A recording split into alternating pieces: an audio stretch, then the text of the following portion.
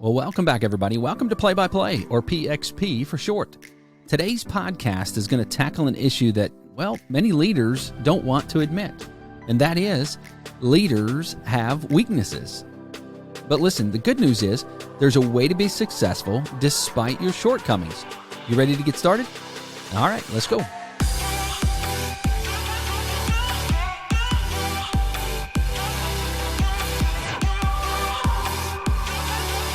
Good morning, good afternoon, good evening, wherever you may be listening in the world. Welcome back to PxP. I'm sincerely thankful that you joined us for just a small chunk of your day. Seriously, there is over 800,000 active podcasts, and the fact that you listen to us, that we're in your playlist, that you stumbled across the title of this podcast and you decide to give us a shot, well, thank you for that. Today we're going to tackle an issue that it's hard for many leaders to admit, much less find a solution for. Whether you want to admit it or not, we all have our weaknesses. We all have our shortcomings. Even the best leaders have areas that, well, if they were to be completely honest with themselves, and frankly, to be a great leader, you've got to be honest with yourself. They would agree that there's areas that they fall short in, or areas that they wish they could improve upon. I want to tell you a little story. Years ago, when I was just a young guy in the fire service, I had a boss that was absolutely rock solid when it came to his knowledge of firefighting, his understanding of how best to deal with emergency situations, and most importantly, his ability to keep his men safe in the most dangerous of situations.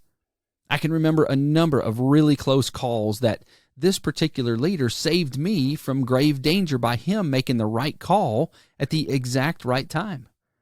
But despite his great leadership in the heat of the battle, his ability to communicate effectively in non-emergency situations, well, that was definitely a shortcoming.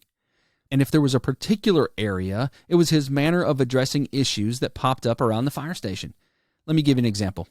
If one fireman needed to be held accountable for something that he had done, whether it was a task that didn't get completed, or someone didn't clean up after themselves, or there was something broken and not reported, or whatever the case may be, rather than this leader dealing directly with the one person that needed to be held accountable, the leader would address the entire staff of employees, all the shifts, everyone combined, just to avoid the confrontation of dealing one-on-one with an employee. And even worse, the communication that came from this leader was harsh, and it was unprofessional and even degrading at times. And almost every single time, the communication had an undesired effect on the men.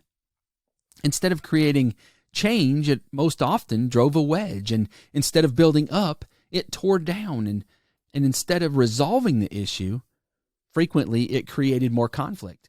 This reminds me of the old saying that still rings true, and it says, "Nothing will destroy a great employee faster than watching you tolerate a bad one."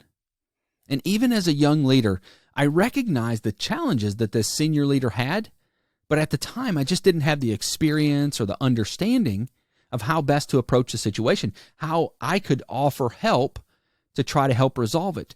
If the same scenario were to surface today, oh man, how much better equipped am I now to be able to handle and help that leader work through his shortcomings. Most often the biggest challenge isn't that the leader has shortcomings. We all do, right? We all have things that we wish we could do better. We all have weaknesses. But the biggest challenge comes when the leader fails to recognize or fails to understand the area of leadership that they're weak in. Sometimes we can see those on our own. Sometimes they have to be pointed out to us. And again, that's a tough pill to swallow, right? It's not in our nature sometimes to take that constructive criticism.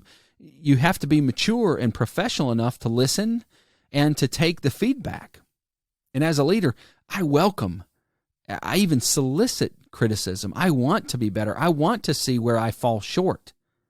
I want to know how I can improve, but if I don't see where improvement is needed, how can I get better? And again, sometimes we can see that on our own, but sometimes we're just blind to our own challenges. So what does a leader do when they are faced with their own shortcomings? I mean, okay, it's great. As a leader, I have shortcomings, I have weaknesses, but now what do I do with that knowledge? I mean, how do I take that and translate it into something tangible that I can then become better at? Well, I'm going to give you 4 things today that will significantly improve your ability as a leader in the context of your shortcomings and your weaknesses. Now, first, and if you're probably working through this list, I'm guessing that you've already started on this, but a leader must first admit his area or areas of weakness. Not a great communicator? Okay. Maybe not a great motivator? All right. Maybe you're not great at coming up with articulate speeches? Okay. Not great at giving credit to others? Okay. The first thing you need to do is identify it. Now, if you don't see it, you don't see your areas of weakness or shortcomings, ask some people that you trust to provide you with some honest, candid feedback. And don't get your feelings hurt when they give it to you. Just take it in stride. If you hear the same thing from more than one person, hey, you might really want to pay attention to that point. Secondly, surround yourself with good people that can fill in the gaps where you fall short. If you're not a great communicator, hire someone that is. Find somebody in your organization that communicates really well and get them on your staff. In that example, you can't completely relinquish all of your responsibility to communicate. You can't be a leader if you don't communicate, but you can use that person as a sounding board. You can even use them to help draft some written communication or a speech, or just be there to help bounce some things off. They can help you to review your communication, right? Give you some feedback. A great leader recognizes that he or she is not going to be great at everything, but that they can surround themselves by people that are. Every successful team that I've ever seen or that I've ever been a part of was great at drawing on each other's strengths. Not without jealousy, without drama. Nobody's trying to one-up the other person. Just teamwork that complemented each other, and it made the whole group better. Now, you've identified your shortcomings, and you've stopped the bleeding by surrounding yourself with someone or some people who can complement you. Now it's time for step number 3. It's time to work on you. And I'm not going to pretend that you can become a master at what you're not good at now, but you can definitely get better. If you're poor at delivering counseling to an employee, you can get better at that. If you're good at motivation, you can become a great motivator. You can always improve on your areas of shortcoming, your areas of weakness. An average leader can become a good leader, and a good leader become a great one. But I can tell you this, you won't do it alone. I genuinely believe that some people are born with a natural ability to get people to follow them. But to become a great leader, now that's different. That takes time, that takes experience, that takes self-development, that's work on your part. And perhaps most of all, it takes some form of mentorship or some form of coaching. So a quick review of the first 3 steps. So step 1 was to recognize your shortcomings, realizing that, hey, I have some weaknesses. I have some areas that need to be improved upon. I'm okay with that, and I want to get better. I'm okay with not being great at everything that I do, but I do want to get better at the things that I can improve on.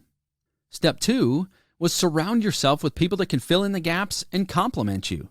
Now, every great leader that I've ever known took deliberate steps to surround themselves with people that had particular skills in areas where that leader might have been lacking or might have come up short.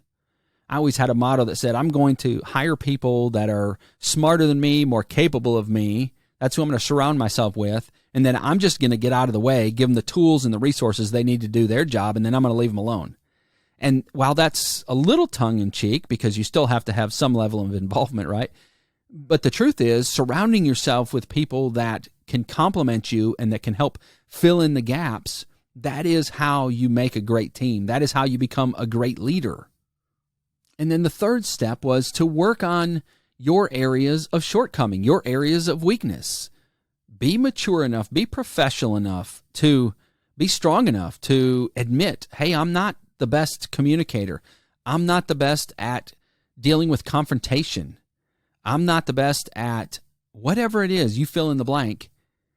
Be strong enough, be wise enough, be mature enough to admit that.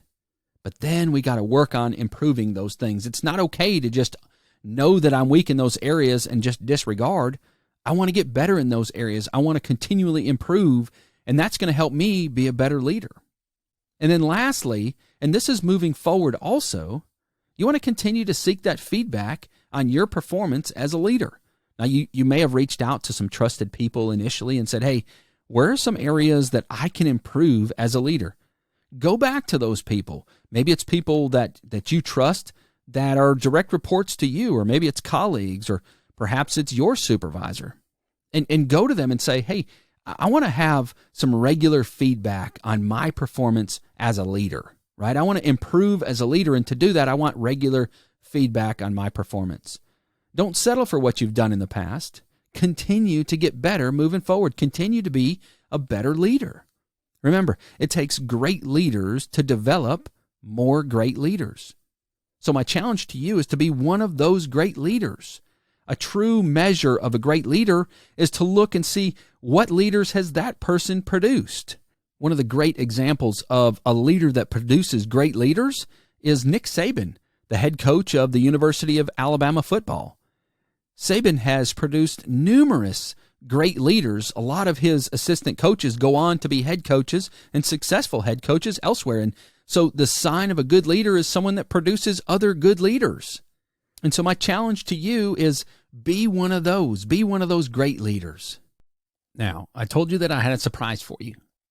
For being a loyal listener to PXP, I want to give you 2 free, you heard me right, free online one-on-one leadership coaching sessions. And I want to do this for 2 reasons. Number 1, I think it's incredibly important that you jive with your coach. You've got to be on the same page with them. And for lack of a better term, you've got to like them. You have to like each other. Now, I've had leadership coaches in the past that I paid a not small sum of money for, only to find out after a couple coaching sessions that they just weren't the right fit for me. But by then, it was too late. I'd already laid out the money, and money that was ultimately wasted because I ended up getting 0 benefit from that coach. And now they may have been a great leadership coach for somebody else, but they just weren't for me. And so you've been a loyal listener to the podcast, and I want to extend that opportunity for you to get a couple coaching sessions under your belt before you decide if coaching, and me in particular, is a good fit. And then secondly, I understand that there are coaches out there that charge thousands of dollars for their services. I've paid for them, but that is not what we are about. I know that the small businesses that truly need leadership coaching, they can't afford that kind of money. But again, they're the ones that I think need it most. My goal has always been to make coaching affordable for the small business owner, or for that person who is out of work and they need some help with their online presence and their resume and their interview skills, or maybe that young leader that is just getting into a leadership position and they've got to, develop foundational leadership skills and communication skills, or maybe there's a company that wants to send multiple people into leadership coaching. And my goal has always been to make it affordable for those types of folks. And so by giving you a couple free sessions, you're going to feel much more confident about the process and about the potential outcome. And look, after the free sessions, if you decide that's not for you, cool. No hard feelings. I'm going to wish you well, and I'm going to hope that you continue to listen and share the podcast. But if you decide that is for you, well, then we can talk about what that looks like moving forward. Now, if you want to take advantage of the free sessions, reach out to me and we'll get them on the calendar. My contact information is in the show notes, so lots of ways to get in touch with me, so reach out in whatever way is most convenient for you. So let me ask you this, folks. Are you ready to become the leader that your team wants to follow? Are you ready to be the leader that produces great leaders? Are you ready to be the leader that creates an environment or an organizational culture where people love to come to work? Well, I can tell you from experience, you're probably not going to reach your full potential on your own, and I want to help you get there. So reach out to me and let's get started on some one-on-one coaching sessions. Well, folks, that's all the time I've got for today. Thanks for listening to PXP. As always, if you enjoy the podcast, be sure you've added it to your playlist, but then share it with your circle of friends. Chances are that they're going to like it too. Most of all, though, I hope that something that was said today helps you to become a better version of yourself. I'm your host, Jayme Yarroch, and I hope you have an absolutely amazing day.